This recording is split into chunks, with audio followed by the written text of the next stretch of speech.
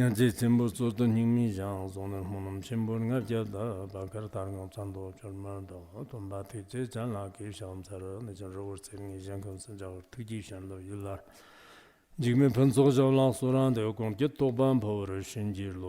unsurpassed, profound, and wonderful Dharma is difficult to encounter in billions of aeons. I now see it here to receive and uphold it, about to fathom the Tathagata's true meaning, to liberate all beings. Let's generate the supreme bodhicitta. Now let us continue with the Surangama Sutra. Within the Surangama Sutra, we have already covered on the part where the Buddha taught one should let go of the Shravakayana's aspiration, but practice and uphold the Mahayana bodhicitta. If one were to do so, then there are two resolves. The first one is that we need to engage in the practice of shamatha, and in order to recognize the nature of mind, we need to practice vipassana. And then the Buddha gives the example of water, which demonstrates that our minds needs to be settled down first. This is crucial. We know that it's crucial conceptually, but because we are mundane beings, sometimes though that we conceptually know it, but we cannot let go of the chores that we need to deal with in life, which then lead to the lack of practice, even till the time of death. There is such a possibility. Anyhow, it is still better to know than not knowing. Throughout our practice, there are various kinds of activities. We need to practice all kinds of rituals, such as prostration, circumambulation, the nongzho, which would gather great merits. But eventually, we do need to get into meditation, and through meditation, you need to clarify your conceptual mind.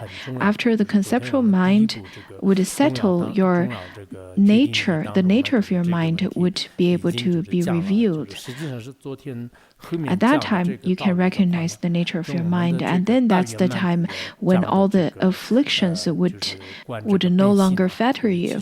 This is quite important, and that's the first resolve we talked about. The teaching that we studied yesterday is very similar to the Mahayana teaching on the part of seeing the nature of mind, except the Vajrayana directly points out the luminous mind. What was that sound?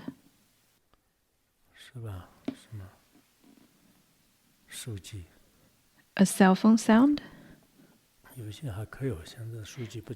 How could you still have your cell phone while the others have handed in their cell phones?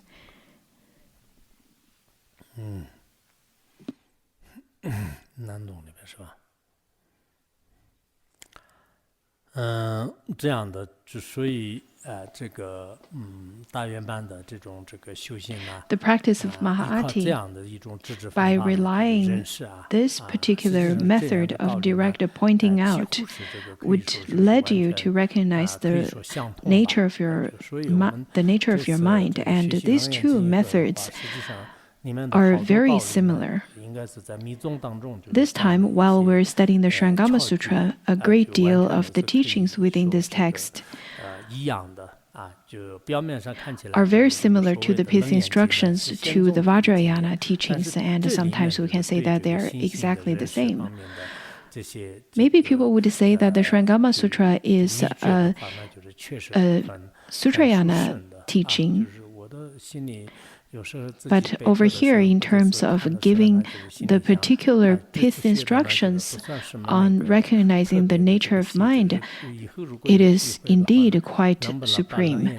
Whenever I prepare to give classes and whenever I am contemplating upon the teachings of Surangama Sutra, I think I didn't really spend too much time on the preparation, and sometimes I really wish that I would have another opportunity to fully and detailedly and more extensively study on the Surangama Sutra. And then I would love to give teaching on this again. But as we all know, this would be very difficult to be put into practice. It would be not realistic because each and every one's life is so short. Even if we can finish giving this teaching once completely, that is something that we can call successful, and it is something that we should be very happy about already. Many people, after studying the Surangama Sutra, had developed new insights about their practice. On one hand, many probably feels that the recognition of the nature of mind is really not that simple. Some people would say that, oh, I am simply abiding the nature of my mind. I have already attained liberation. There are people who would claim so, but it is indeed quite naive. It is not to say that you won't be able to recognize the nature of your mind. In fact, as long as you practice diligently, you will be able to recognize the nature of your mind. It is just, it's not going to be that easy. The reason that the Surangama Sutra is so popular for a period of time within history, as you know, that during the Tang Dynasty, it was extremely popular, except later on, throughout the various situations within history, the Surangama Sutra then laid in a dormant state. This time, after we finished giving the teaching on the Surangama Sutra, I believe there will be hundreds of people who would be able to give teachings on Surangama Sutra. I know that because after class every day, I would listen in to your group discussions and presentations, and many of you are very good at your debates, at your discussions, at your own contemplations. I can see that your understanding of the Surangama Sutra is really quite good. I encourage you to make good notes of the class and study it well, and don't forget it, because later you will have the opportunity to give teachings on it. Now let's look at the second resolve. The second resolution is this: if you definitely wish to bring forth the resolve for Bodhi and to be especially encouraged and dedicated in your cultivation of the Bodhisattva vehicle, you must decisively renounce all conditioned appearances. So over here it says that at the time of making the aspiration for supreme bodhicitta, to enter into the Mahayana vehicle, the Bodhisattva vehicle, you need to be courageous and you can't be lazy. Within the Larongar over here, within our academy, there are people who would feel that they are happy as long as they can maintain their livelihood. This is not great diligence. When we make the aspiration for the Mahayana vehicle, when we make such aspiration, we need to have the sense of eagerness and a sense of urgency, just as if a beautiful woman's hair is on fire. We need to have that kind of urgency when it applies to liberating sentient beings. We need to carry such kinds of responsibility and understand that it is up to us to liberate the sentient beings. This is the courage that is needed in the Bodhisattva yana. After we have studied the sutras and after listening to the classes, maybe you would feel that your mind started to go through a transformation, which is a sign that the teaching is working on you, is benefiting you, and is blessing you. The blessing is a power that would transform your mind stream, such as the blessings from the deity and the blessings from the teacher that would be able to help you to transform your practice onto the more favorable and a more positive aspect. The blessing is not necessarily that the teacher gives you an apple or something that you desire. It is in fact when your mind would go through a transformation, and sometimes the transformation is quite intense, and that kind of transformation within the Bodhisattva yana would happen. the blessings and the transformation sometimes would transform you very swiftly, and the blessings is quite intense. And in such a way, you have to have a sense of courage, ready to let go and renounce all conditioned appearances. The Tibetan translation of all the conditioned appearances is the appearance of solidity. Sometimes whenever we look at enlightenment, the insights, attainment, or afflictions, many of those are seen as solid appearance, and that is not appropriate. Rather, as a Mahayana practitioner, we need to view everything, view all phenomena as a dream and as illusions. In such a way, though we're seeking for Bodhi, but such kind of pursuit is not a solid pursuit than that of the Sravakayanas. And then, to continue, the Buddha says that you should carefully consider the origin of affliction and the beginningless creation of karma and perpetuation of rebirth, who creates it and who endures it. So we need to look at the nature of the afflictions. We need to pay great scrutiny at the nature of the afflictions. According to the text Tattva Siddhi, it states that out of the 84,000 dharmas, out of the treasure of such, all of the wisdom has the function to eradicate ignorance. So what we need to do is to make observation of the nature of the affliction. What is the nature of affliction then? It is from beginningless time, the creation of karma and the perpetuation of rebirth. From beginningless time, out of the ignorance of not knowing the truth of all phenomena, there comes the habituating with the love, grasping, and consciousness, and so on within the 12 nirdanas, kept on perpetually being produced from ignorance. And then whomsoever creates it would endure it. That is to say, if a person were to create the karma in the 6 times, then those karma would be imprinted in one's alaya, in the 8 consciousness, and then later one would have to endure the fruition, that is the karmic retribution of it. So we know that the root of affliction is the continuancy since the beginningless time that perpetually continued within one's mind stream. This is affliction, and that is the effect of affliction, the result of affliction.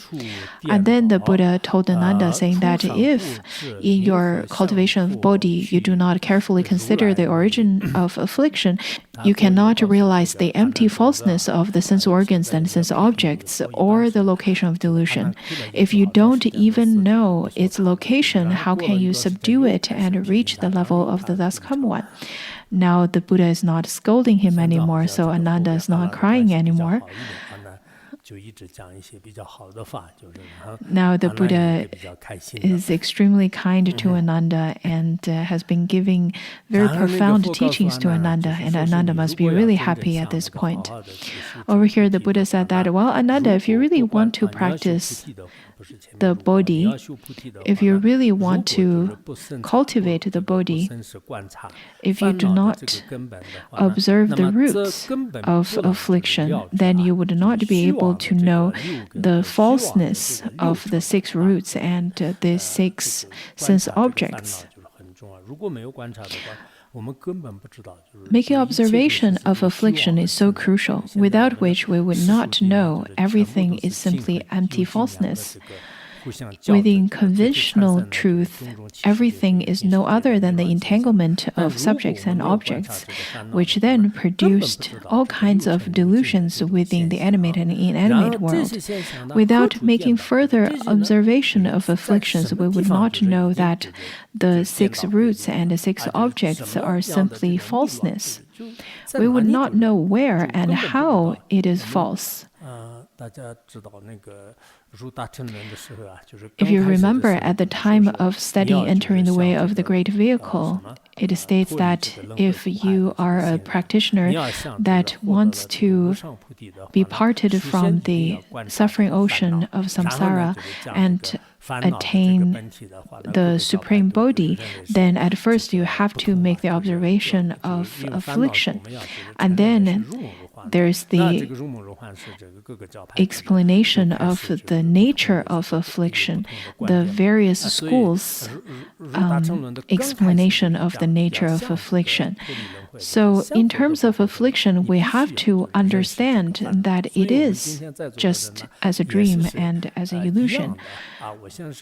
Though that through different schools and teachings there are different points of view, but at the very beginning of entering the way of the great vehicle stated that if you really want to attain liberation from samsara and really want to attain the fruition of Buddhahood, you have to recognize the roots of affliction. All of you who are listening to this class, I believe you also recognize that the affliction is the key to understand. At the beginning of studying Surangama Sutra, I remember that there were about 70,000 people who were studying the Surangama Sutra altogether back in 2019. But now, out of various causes and conditions, we have only a few people left. If we do not seek for the root of affliction, if just a few of us listening to the Surangama Sutra do not seek for the root of affliction, that would be such a pity.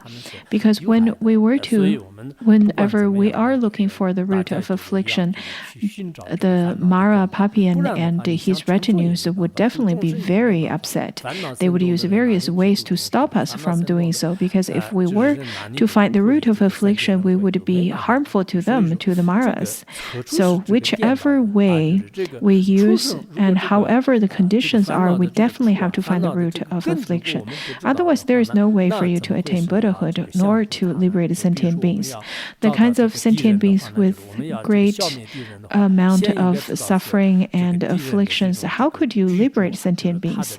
And how could you even help yourself to part ways from the 3 existence and from the samsara? You would be only wandering in samsara just because of the root of affliction is still there. It is just to say, finding the roots of affliction is just like finding the enemy that we need to subdue. If you do not know where your enemy stays and the nature of your enemy and the function of your enemy, if you do not recognize it, how could you subdue the enemy?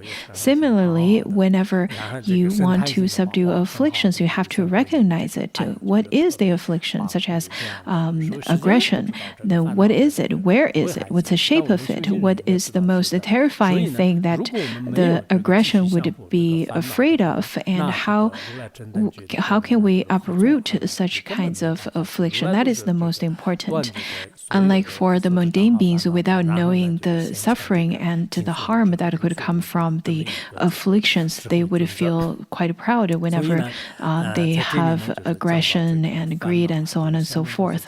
If not knowing the harm that could be brought about by afflictions, then how could we subdue afflictions? How could we uproot affliction? And how could we attain the fruition of the thus come one? The Buddha here then gives an example. He says that, Ananda, consider the ordinary person who wants to untie a knot. If he can't see even where the knot is, how can he untie it? There is no way to untie it if you can't even see it. If you were to see someone who's tied up and then you are about to untie this person, but if you can't even see a person that's being tied over there, then how could you untie it?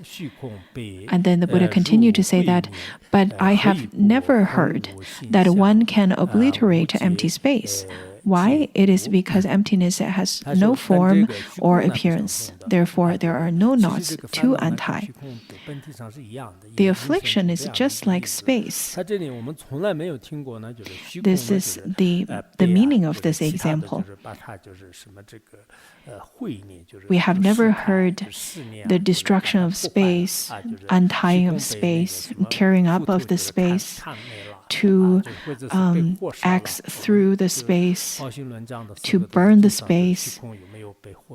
There is no way to do so.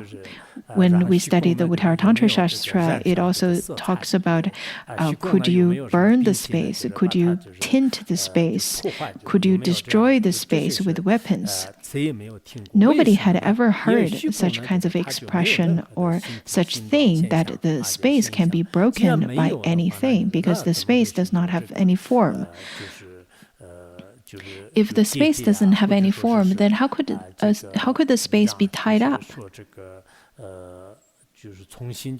Or to make any kinds of transformations and changes. It is not possible. And then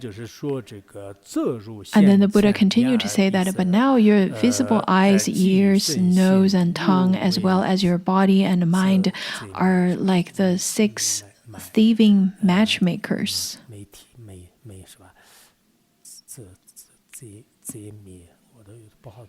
It's hard to pronounce it.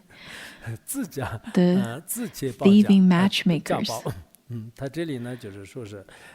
So here it states that all the body, eyes, ears, nose, and tongue, the 6 roots of your body, is equivalent to 6 thieves, or 6 thieving matchmakers. The one that matchmakes the thieves to the evil activities.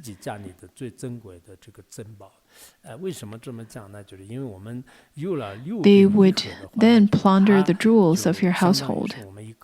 Over here, the example, the metaphor is that after having the 6 roots, it is equivalent to have the 6 matchmakers that would matchmake with the external thieves. And the thieves, the outer thieves refers to the thieves from outside of your household, which is the 6 sense objects, the form, sound, smell, taste, touch, and so on. And then the 6 roots, 6 root afflictions are the inner thieves. According to some commentaries, it states that after having the 6 roots, which are the matchmakers that matchmake the inner afflictions to the outer afflictions, or matchmakes the inner thieves to the outer thieves, the 6 objects and 6 afflictions. In such a way, after the inner thieves and outer thieves has been matched together, then they would plunder all the jewels within oneself, within one family.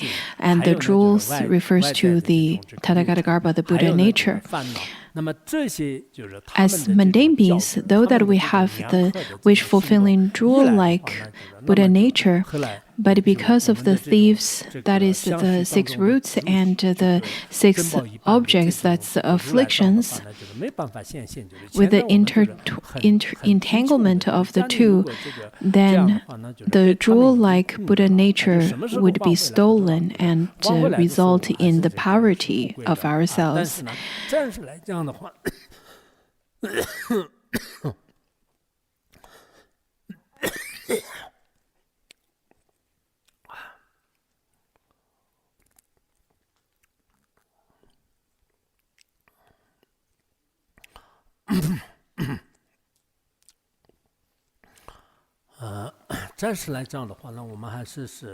Temporarily, at this moment, though that we have the inherent jewel,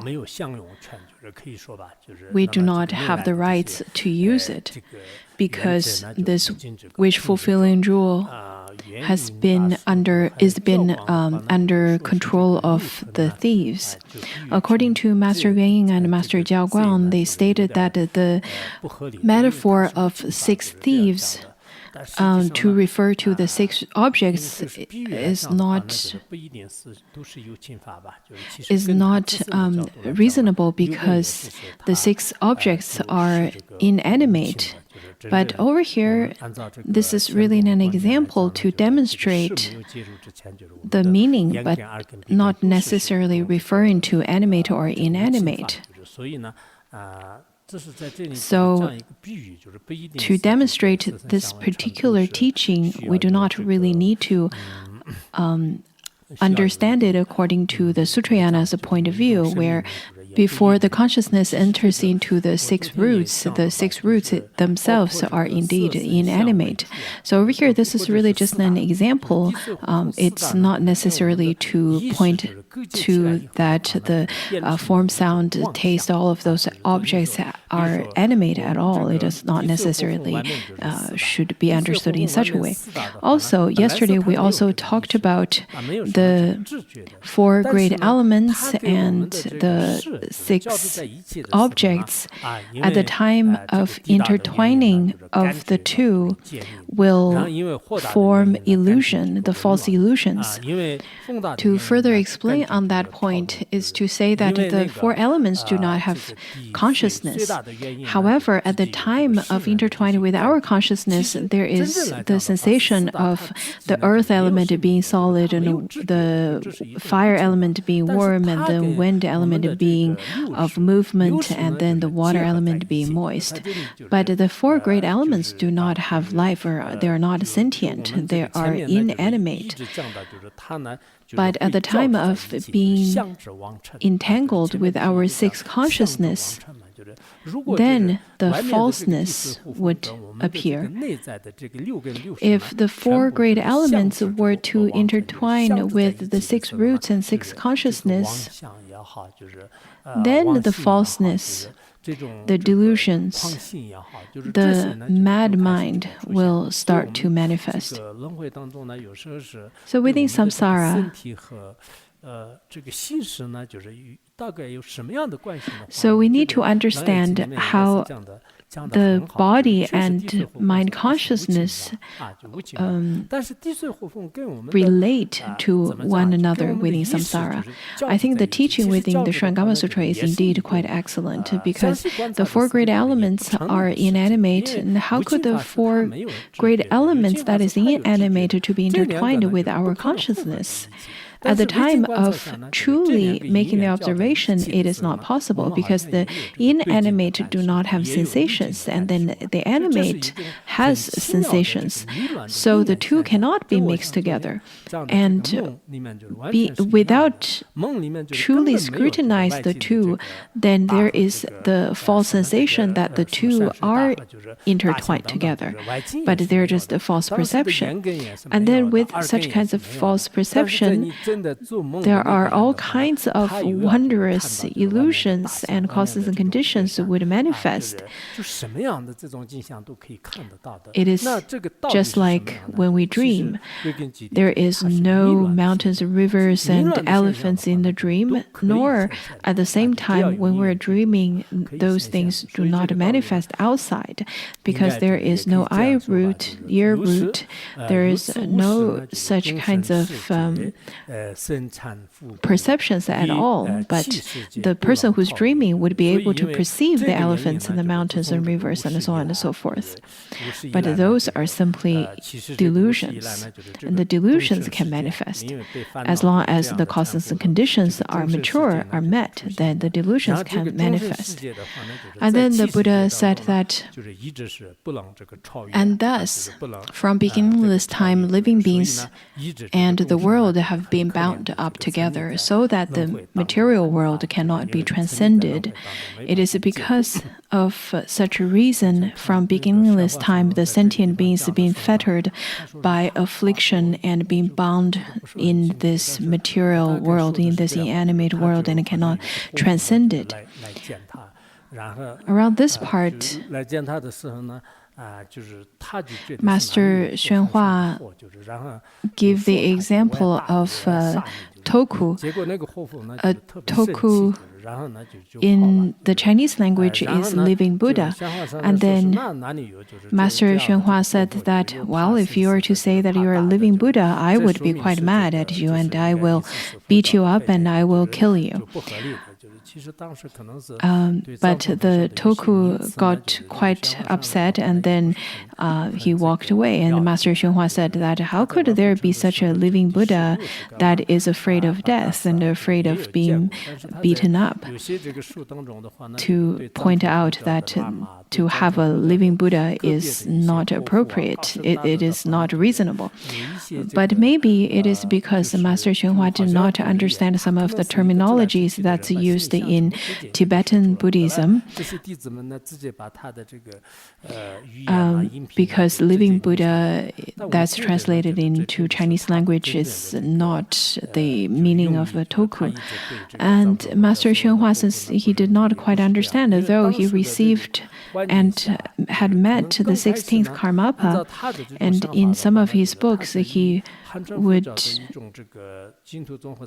also talk about the lamas or some tokus, and he would make his comments on those.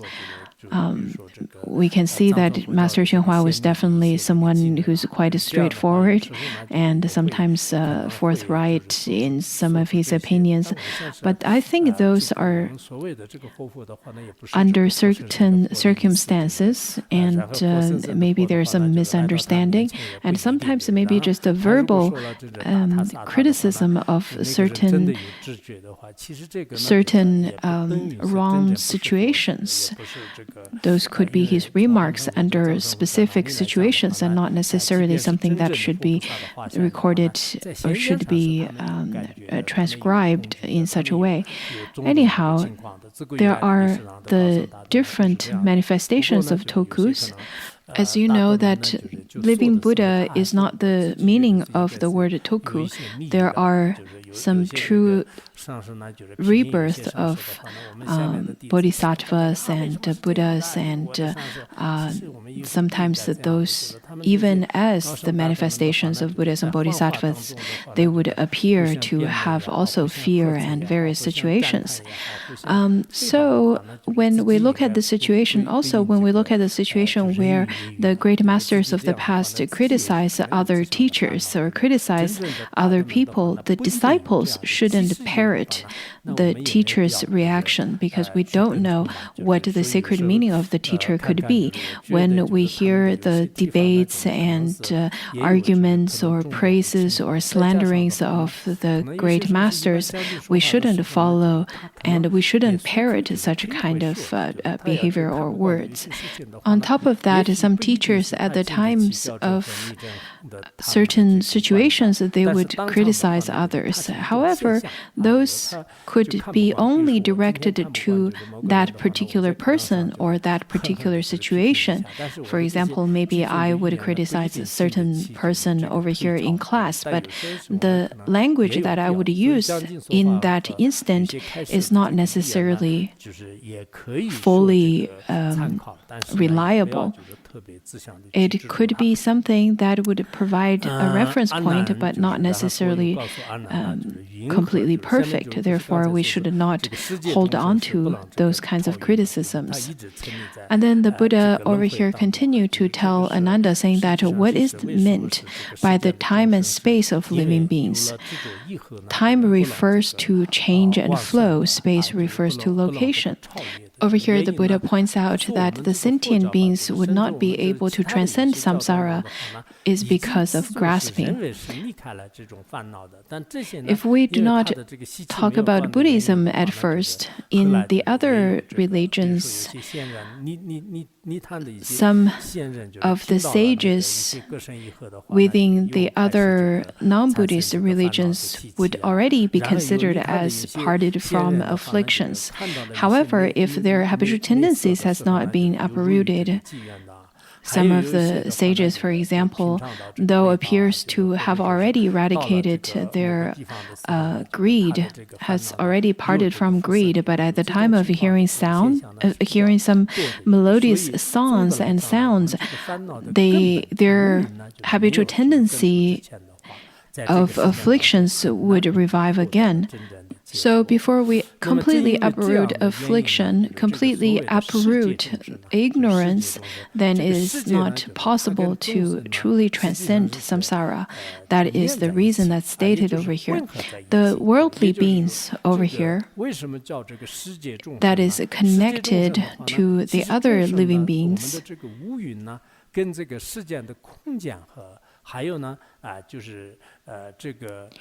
the sentient beings over here refers to the five skandhas that is intertwined with time and space. For such a reason, we cannot attain liberation. Now, the later part, we will talk about the 6 roots that's been intertwined with the 10 directions and the 3 times. Sometimes when I contemplate up on the teachings given in the Surangama Sutra, I think it can be considered as a psychology and a biology and all kinds of a worldly knowledge. You can think of it in such a way because over here it talks about the 6 roots of sentient beings that's being intertwined with time and space, and then there are different causes and conditions that would get involved. So from certain perspective, when we use the Buddhist perspective to analyze time and space, it could be quite interesting. And we have such a method to make this observation. Whenever we face any scholars, the scholars with or without religion and belief, we can very boldly expound the teachings on the eye, ear, nose, tongue, and body, and how it is entangled, and how we can make the observation. And they would definitely be persuaded. They would definitely have to agree with the teaching.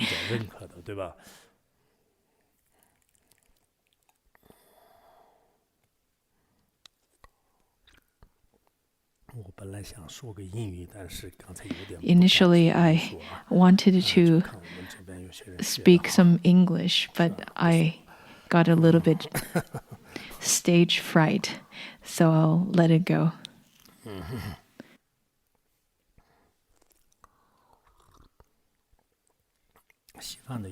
Some Western scholars would spend their whole life to study in their profession, in their field. They would study again and again, delve into the depth of it. Compared to all of us, I think we only would use a few days of time to study something, or a few years. We would get very careful, but later on, we would no longer be enthusiastic in those subjects or fields. When it comes to the study, the path of study, it's crucial for us to develop that kind of attitude to delve into the depth of certain subjects and to engage in the practice with great courage and longing, as well as eagerness, so that later we can attain success. This is quite crucial. The Buddha over here points out that time refers to change and flow, space refers to location. This particular explanation is rather very different than how we would describe the world. This is a very unique perspective. So the time refers to time and flow.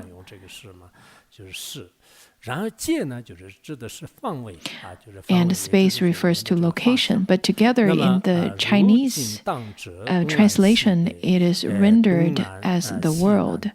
The term of time and space is rendered in the compounded meaning of the world.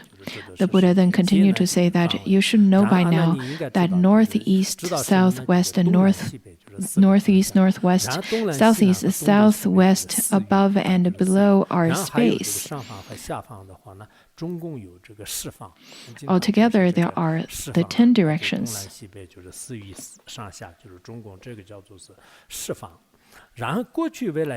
Past, present, and future are periods of time. These are called the 3 times.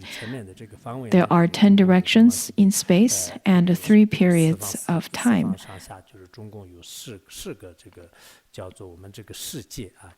Altogether, it is called the world. The 10 directions and 3 times.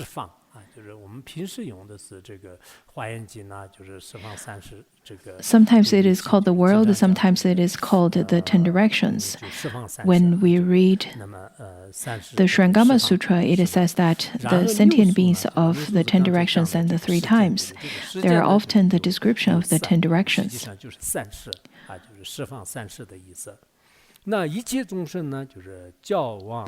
All living beings come into being because of false interaction.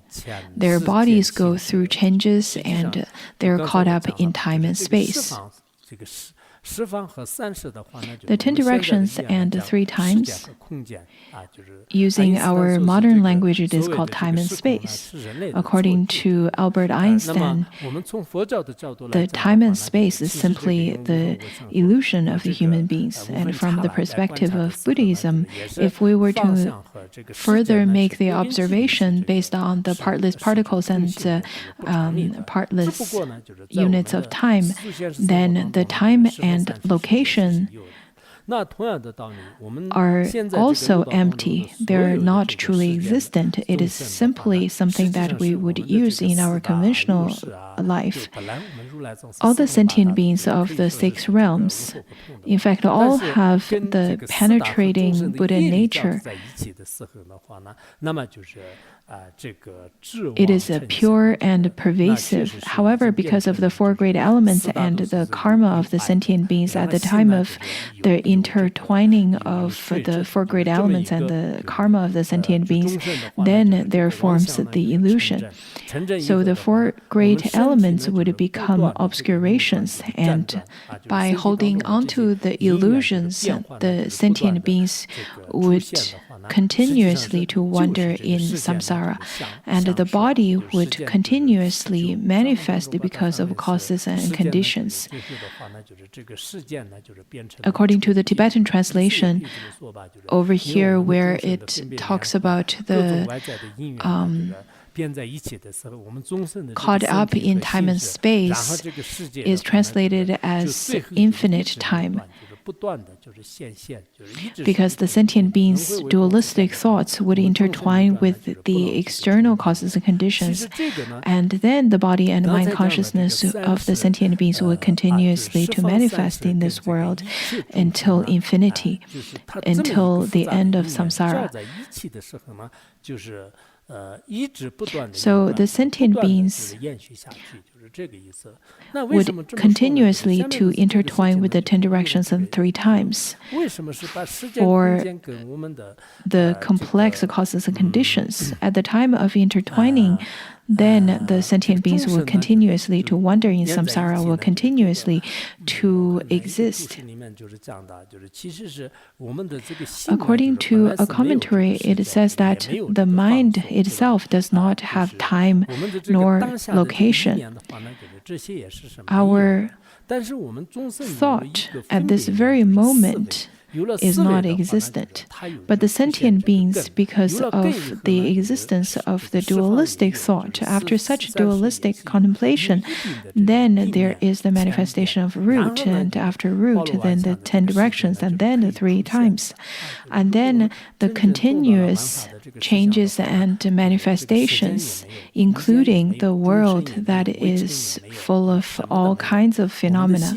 If we were to truly understand the nature of all phenomena, there is no time, there is no space, there is no sentient beings, there is no dust or atoms, there is nothing in the nature of our mind. It is just like the clouds appears in the space. Though that the clouds would manifest in the space, but it is not existent at all. But the space that is the same as our mind is all pervasive.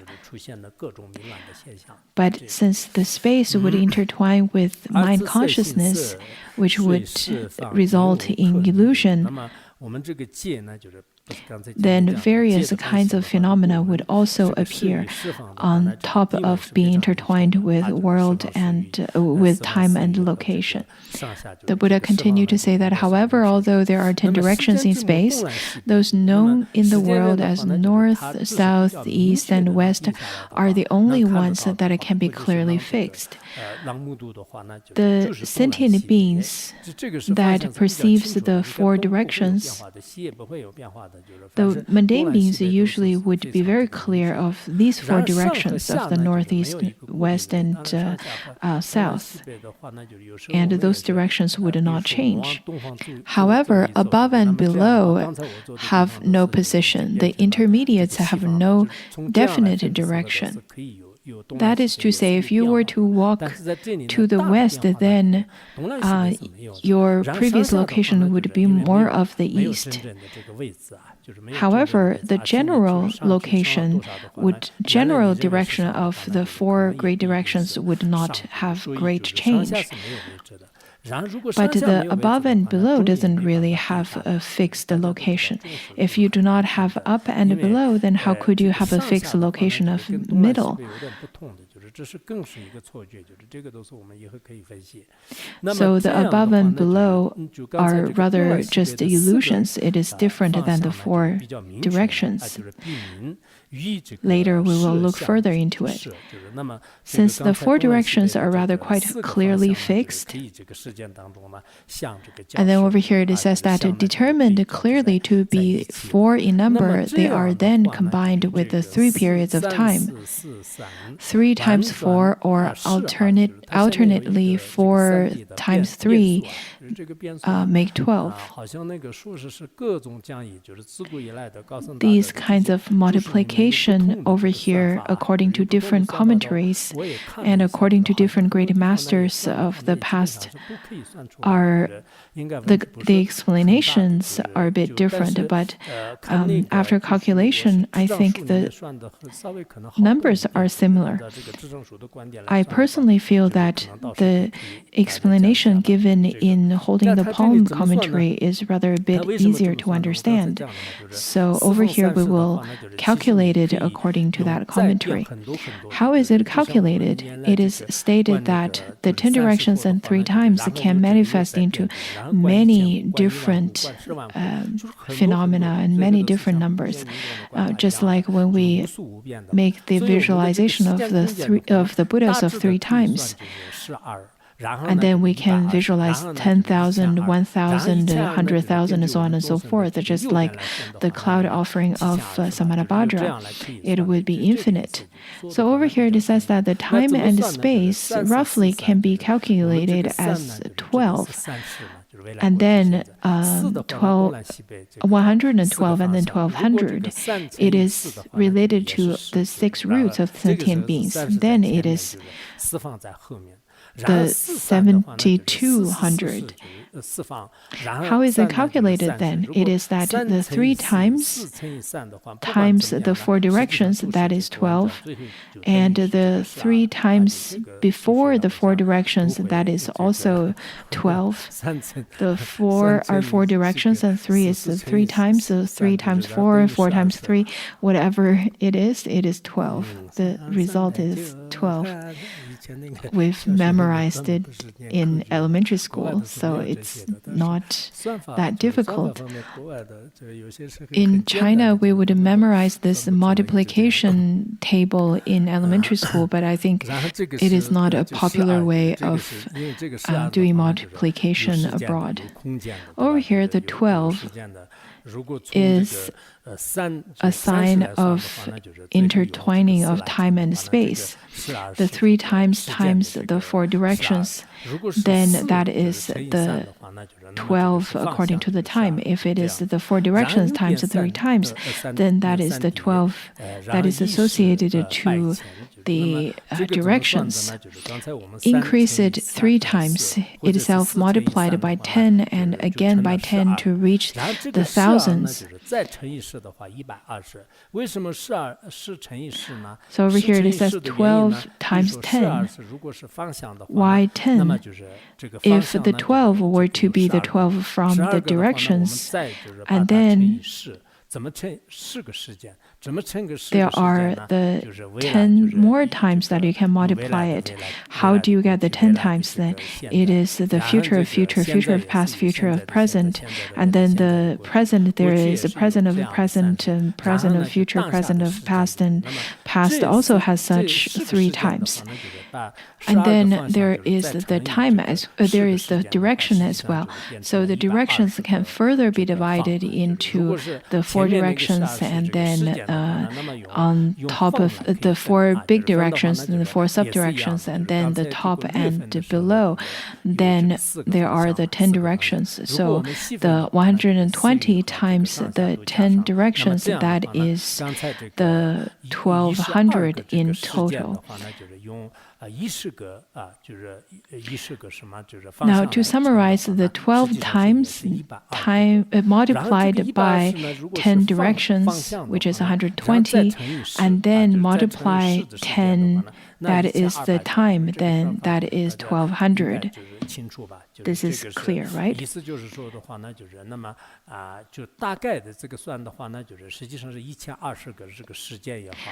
So after such rough calculation, there are 1200 times or 1200 kinds of directions, and then that is the result that we can get after multiplying the 10 directions and 3 times. There are different calculations, but I think this calculation would be more easy to understand and more reasonable, because it includes the 4 directions, the major directions. That is, that it can be multiplied by the 3 times, so 12. To further illustrate that to you, that is to say that the East has the past East, the present East, the future East. And then to further look at the East of the past, then you can then multiply it by 10 with the directions to further divide the east, south, west, and north directions. In this way, you will be able to get great numbers of directions or times. And then the Buddha continued to say that 1,200 is the greatest possible efficacy of the 6 organs.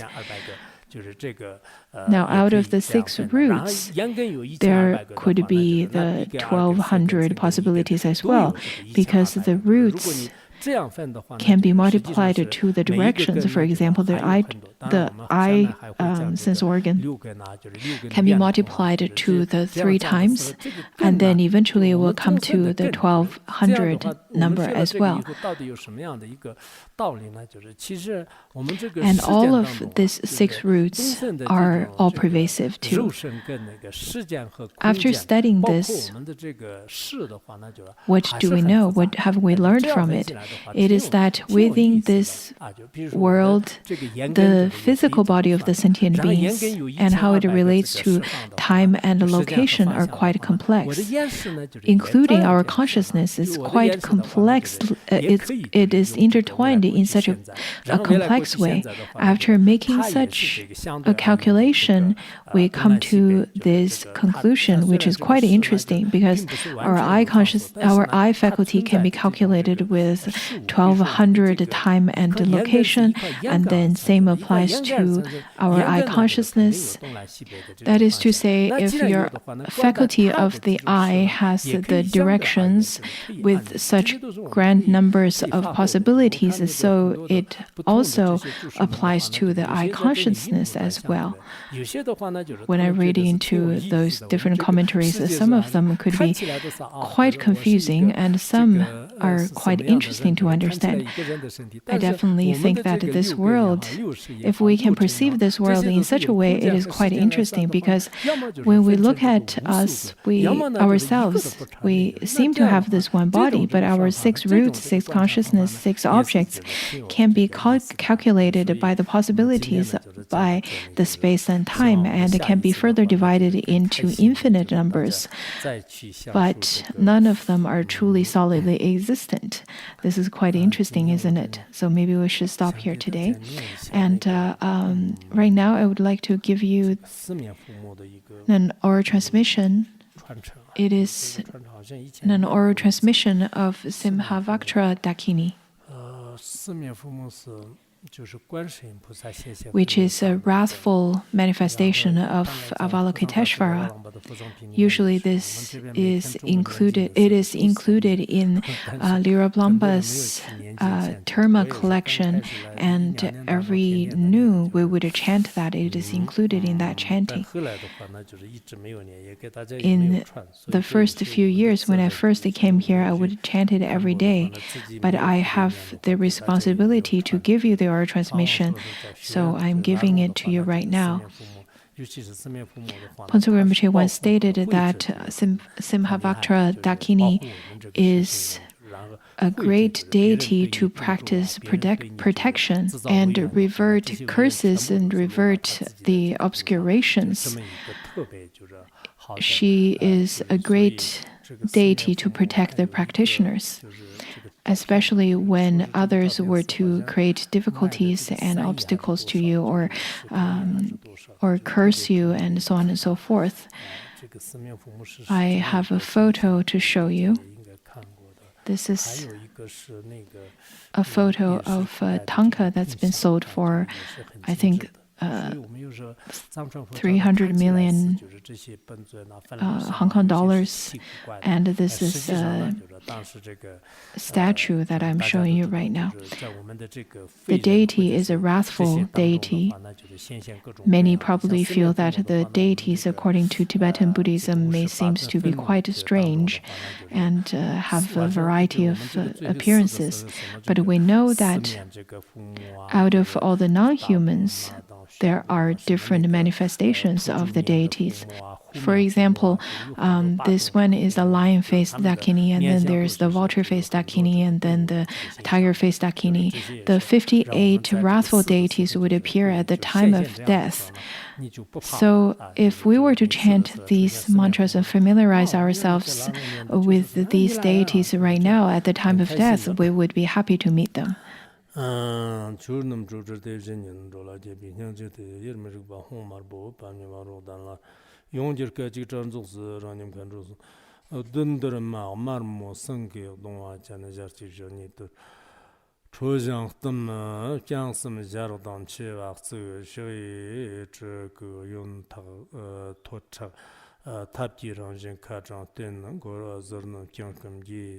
Alang ko yang pa ta shem sur toder kamar nga ye wala gen torlun ngapji to shir chang tar dang ren chen ri pa che me pon mar na bar we hlon na la ran jin me pro sam te ker ran ji yi shi san yam chung gang sarwa yi nyang wi nyem mi chern ko da lam ngam cha Rakim do yung kur tsirki ne bramo lam sa dagana honza lam sa dagana honza 万桑尔大格农红子，万桑尔大格农红子。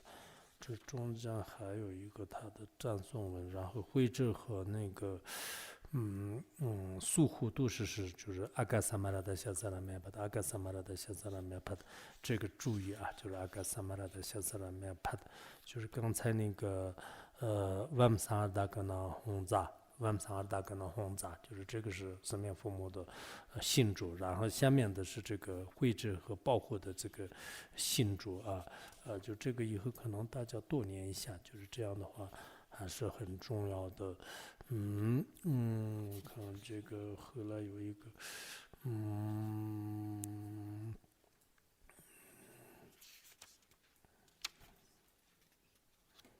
꿈속섬집된바동간로만생겨동안지지정강되면니발라테네도정혼고동집안나 dans le chebe ja dans le chebe go va to chebe tien do na chame chebe chore ngam tam che chirlo bre tire che chomon bara zonum je jago shema tam che de ling tara do nam shi chu ji chu ji ring ne ben ti yo no shit mali je wa da zhe sen yu jin zhe ba da xia zhu tam ba de brum zo de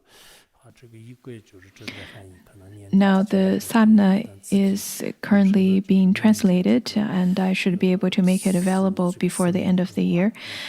Whenever you have time, I would encourage you to chant the mantra of Simhavaktra Dakini, because she will dispel the obstacles and protect yourself, also revert curses from the others. Maybe there are other, not sure if you have such kinds of situation, but there are people whom would create obstacles to you or curse you and so on and so forth. If you feel such situations apply to you, then you should chant the mantra of Simhavaktra. If you do so, they would definitely be scared away and not going to harm you anymore. Now, in the middle, there is some praises, but the liturgy of supplication, I didn't have time to give you that today, but all of these are included in the chant book already. Currently, it's been translated. We'll stop here today.